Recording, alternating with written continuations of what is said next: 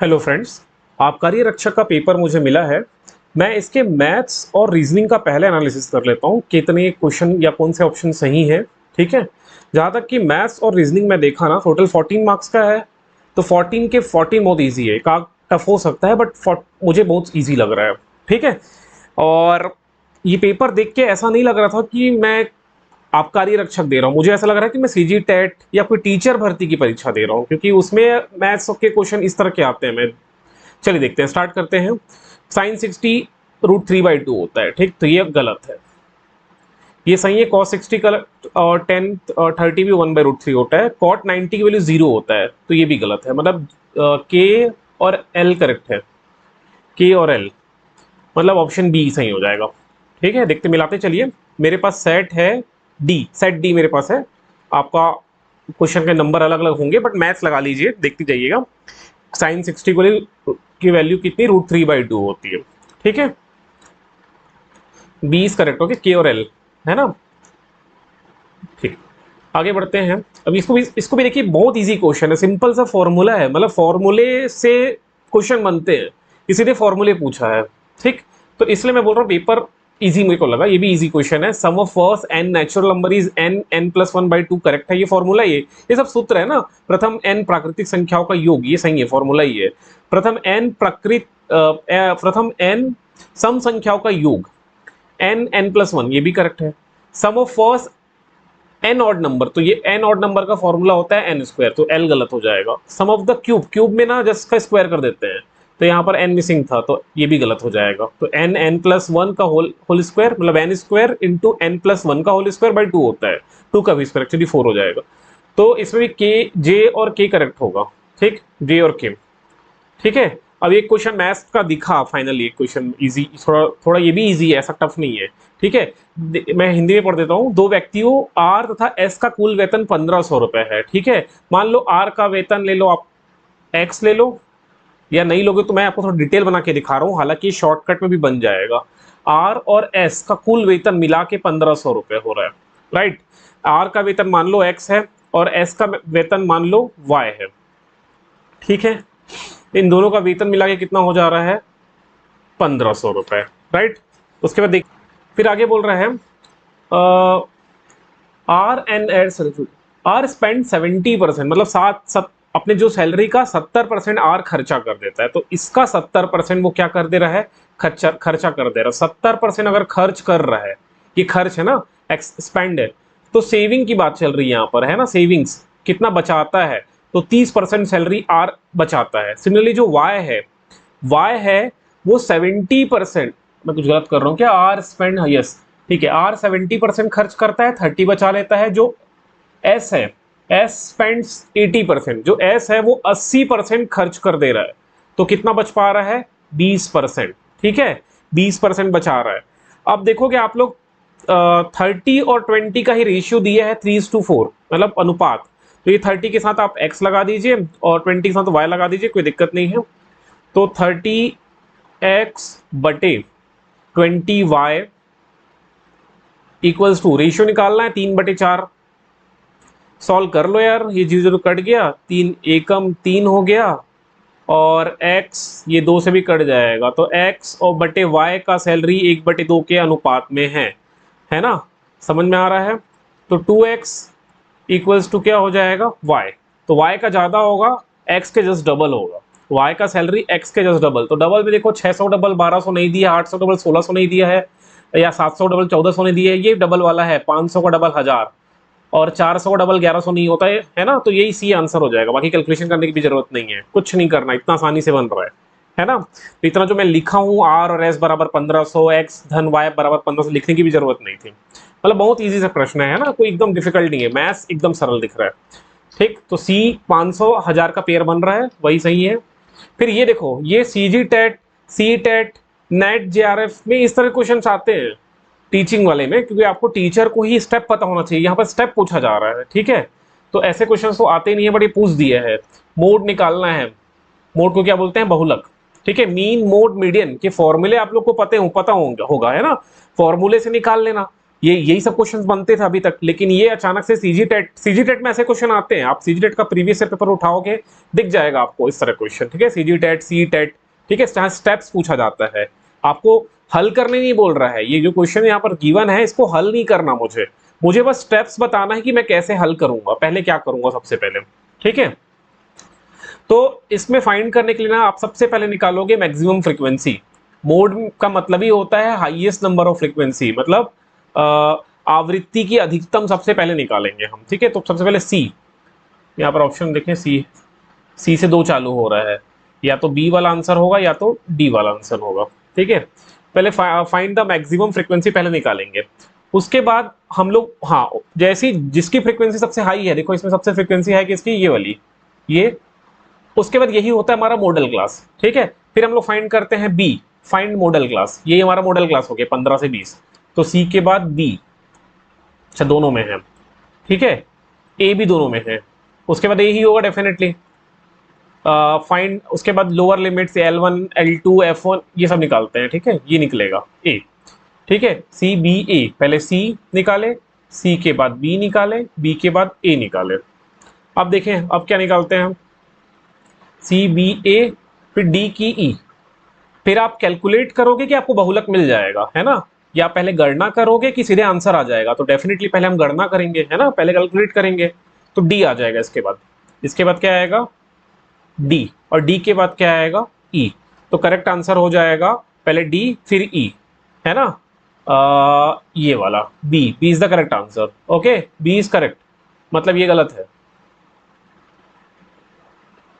ठीक,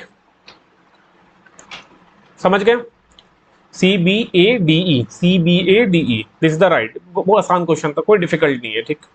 अगला क्वेश्चन है, ये फिर से सीजी टेट का प्रश्न है, मेरे ख्याल से पेपर बनाने वाले ने सीजी टेट के किसी ईयर का पेपर कॉपी पेस्ट मार दिया, ठीक। फाइंड द राइट सीक्वेंस और order for solving height and distance problem. Height and distance आपने कक्षा 10वीं में पढ़ा होगा, है ना, 10वीं में ट्रिग्नोमेट्री वाले जो सेक्शन में दिया है, और 12वीं 11वीं भी दिया है। सबसे पहले आप डायग्राम बनाओगे, ठीक है, डायग्राम बनाने के बाद आप राइट एंगल ट्राइंगल ढूंढोगे। तो पहले देखो डायग्राम कहाँ दिया है, तो पहले दिया है ड्रॉ और डायग्राम, ये दिया है कि सबसे पहले आप क्या ड्रॉ करो, डायग्राम बनाओ, ठीक। डायग्राम बनाने के बाद आप राइट एंगल ट्राइंगल ढूंढो, तो डी बी पहले होगा फिर ए होगा, ढूंढो बी और ए कहाँ से है, ये दिख रहा है बी और ए, यही आंसर होगा, बी फिर ए फिर डी, फिर क्या होगा, choose the appropriate trigonometric ratio, फिर हमको त्रिकोणमितीय अनुपात चुनना होगा उसके उस हिसाब से, D B B B A D, फिर सेट अप द इक्वेशन या interpret the result. Interpret result बाद में आएगा, पहले आपको इक्वेशन वगैरह बनाना पड़ेगा, फिर रिजल्ट आएगा, ठीक है, सी इज करेक्ट आंसर, ठीक है। ये टीचर भर्ती में आता है। चलो फिर एक क्या है, मैथ्स का एक क्वेश्चन फिर आया है, अब ये थोड़ा सा ट्रिकी है, ठीक है। A man bot 8 pencil for a रूपी, 8 पेंसिल, ध्यान से देखना, ये भी इजी है भाई, टफ नहीं है। 8 पेंसिल वो खरीदा 1 रुपया में, 1 रुपये में 8 पेंसिल खरीदा, 1 रुपये में 8 पेंसिल, तो एक पेंसिल का कीमत कितना होगा, 1/8 रुपए, समझ गए, 1/8। अब आपके क्या बोल रहा है, प्रॉफिट परसेंट दिया है, गेन परसेंट दे दिया है, प्रॉफिट परसेंट दे दिया है 60%, ठीक है, प्रॉफिट परसेंट कितना दे दिया है, 60%। अब इसका सिंपल सा एक सूत्र है एसपी का, सूत्र से बनाओ, मैं तो बोलता हूँ प्रॉफिट लॉस पर परसेंट, सूत्र याद कर लो, 15-20 सूत्र है, पूरा बन जाता है, अदरवाइज पूरा डिटेल लिखते रहो, और प्रैक्टिस से आता है, ठीक है, सूत्र याद नहीं होता। तो सूत्र है सीपी गुड़ा 1 धन, सॉरी 100 प्लस होता है, 100 प्लस P बटे 100, ये सूत्र है, ठीक है, इसे पुटअप कर दो, आंसर आ जाएगा। सीपी कितना दिया है, 1/8। ये एसपी किसका है, मतलब कॉस्ट प्राइस आपको निकालना है एक पेन का, एक पेन का कॉस्ट प्राइस है, एक पेंसिल ना, सॉरी पेंसिल है ना, एक पेंसिल का कॉस्ट सेलिंग प्राइस 1/8 गुड़ा 100 धन पी दिया है, परसेंट दिया 60 प्लस 100 कितना हो जाएगा, 160/100, एक जीरो कट गया, 8 दूनी 16 हो गया, 1/5, तो एक पेंसिल को बेचेगा 1/5 रुपए में, ठीक है, समझ में आया, तो 5 पेंसिल को बेचेगा 1 रुपए में, ठीक है, ₹1 में 8 पेंसिल खरीद के लाया और ₹1 में 5 पेंसिल को बेच रहा है, प्रॉफिट 60% का। सिंपल सा प्रश्न है, टफ नहीं है, बिल्कुल मत समझना टफ है। 73 भाई फॉर्मूला पूछा है यार मेंसुरेशन से, ठीक, वो फॉर्मूला पूछा है। Volume of sphere 4/3 pi R cube वाला उसका होगा, स्फीयर का होगा डेफिनेटली। एच वगैरह आएगा नहीं, कॉमन सेंस लगाना है। टोटल सरफेस एरिया स्फीयर पूछा है, फिर से एच वगैरह नहीं आएगा, इसमें एच है तो नहीं होगा, इसमें एच है तो नहीं होगा। ये देखो 4 पाई आर स्क्वायर, अगर ये दोनों से ही बन जा रहा तो ठीक है, नहीं बन रहा है तो जो कोन होता है, कोन का 1/3 होता है और सिलेंडर का पाई आर स्क्वायर एच होता है। मिला लो, आंसर आ जाएगा। कौन सा है? डी का हम क्या मिलाए हैं? 2, डी का 2 मिलाए हैं, डी का 2, इसमें डी का 2 दिख रहा है।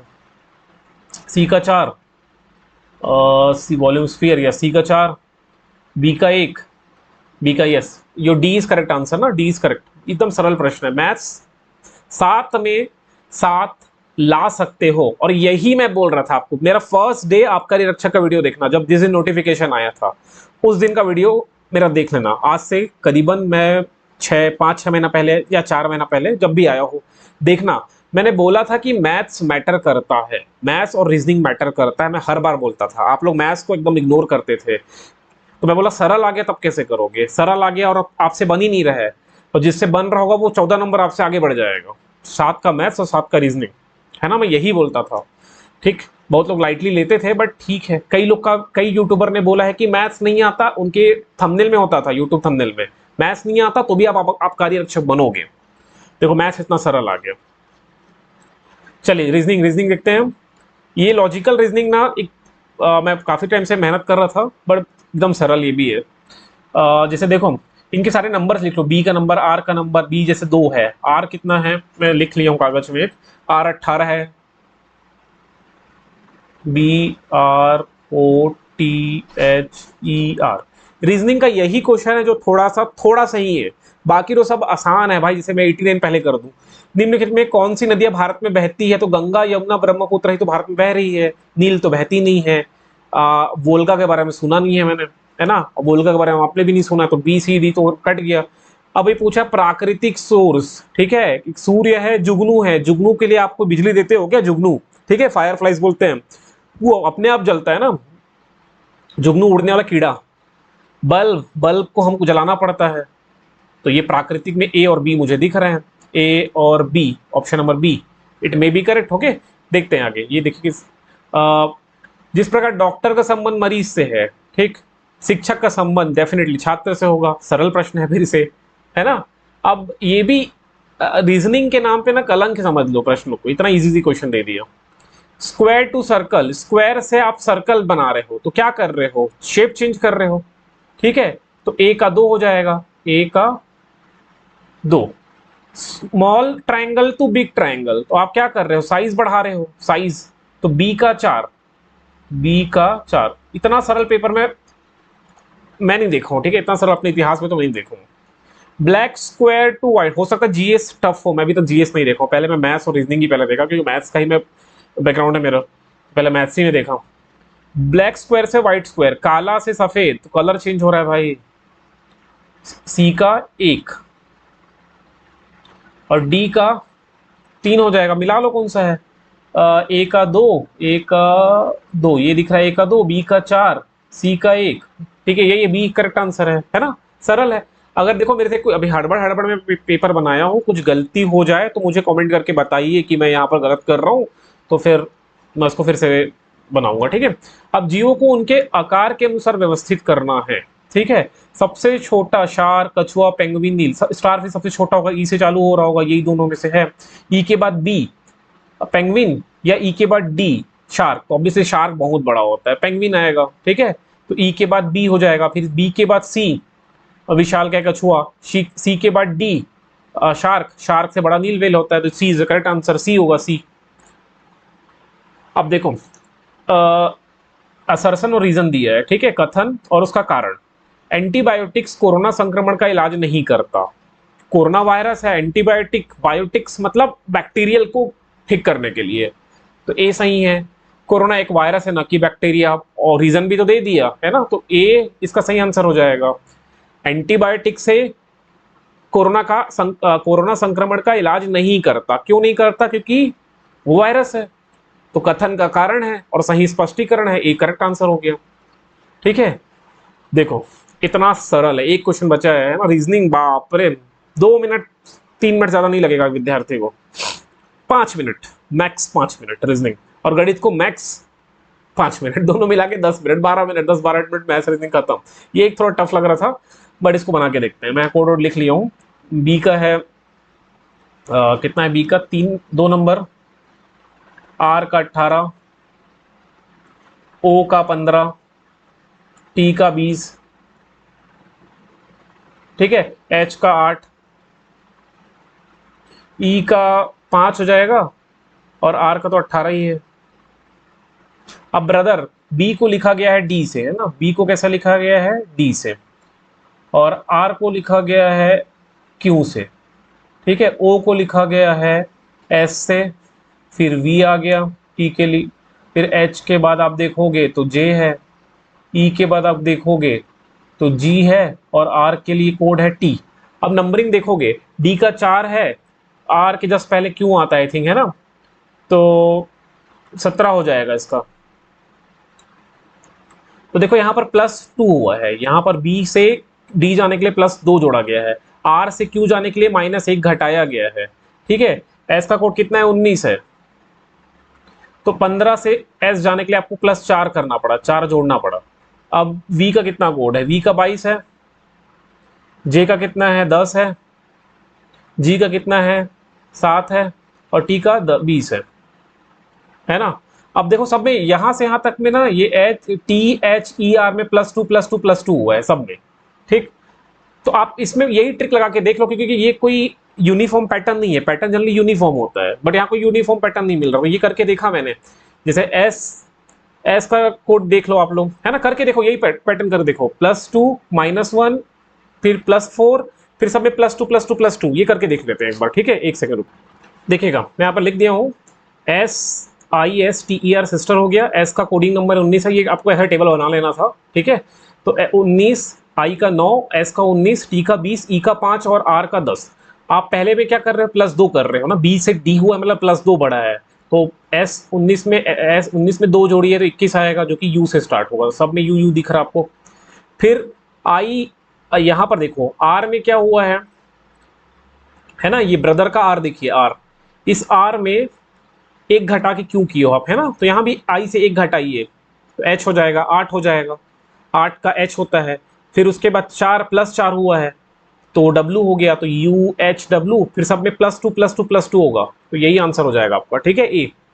तो ये हो गया मैथ्स और रीजनिंग। मुझे नहीं लगता जो हल्का भी मैथ्स और रीजनिंग पढ़े होंगे उनका 14 में 14 आने का एकदम संभावना है, ठीक है। इसके बाद मैं एनालिसिस करता हूँ जो बचे हैं, ठीक है।